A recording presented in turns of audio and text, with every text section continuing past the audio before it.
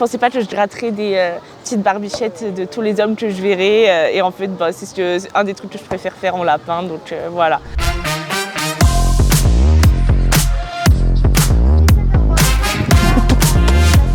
J'ai rendez-vous juste après avec Carla, alors là ça se voit pas trop parce qu'elle est dans son costume de lapin, mais elle va nous expliquer son job d'été en tant que mascotte dans un parc d'attractions.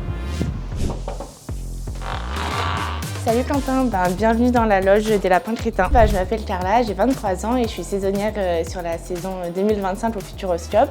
Je suis principalement mascotte et donc régie de la mascotte parce qu'on est toujours en équipe de 2. Du coup, en tant que mascotte, ça consiste en quoi ton métier ?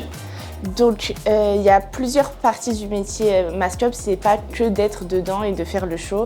Il y a tout ce qui est préparation de costumes, faire attention à ses mascottes, veiller aux soins des loges et des espaces communs et du bien-être de sa partenaire aussi quand c'est elle qui est dans la mascotte.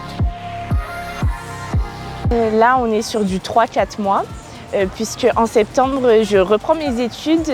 J'ai été prise vers Parcoursup en école de psychomotricité à Orléans.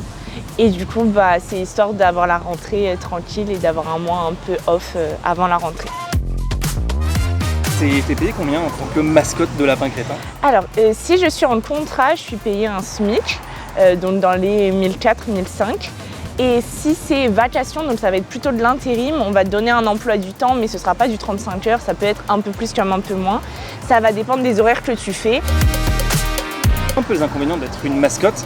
Ce qui est un peu chiant, ça va être les personnes qui ne nous respectent pas forcément, qui oublient qu'il y a un humain dedans. Ça va être vraiment l'irrespect face à la mascotte. Du coup, c'est quoi les avantages de venir travailler alors, en tant que mascotte et peut-être même aussi après dans le Futuroscope ?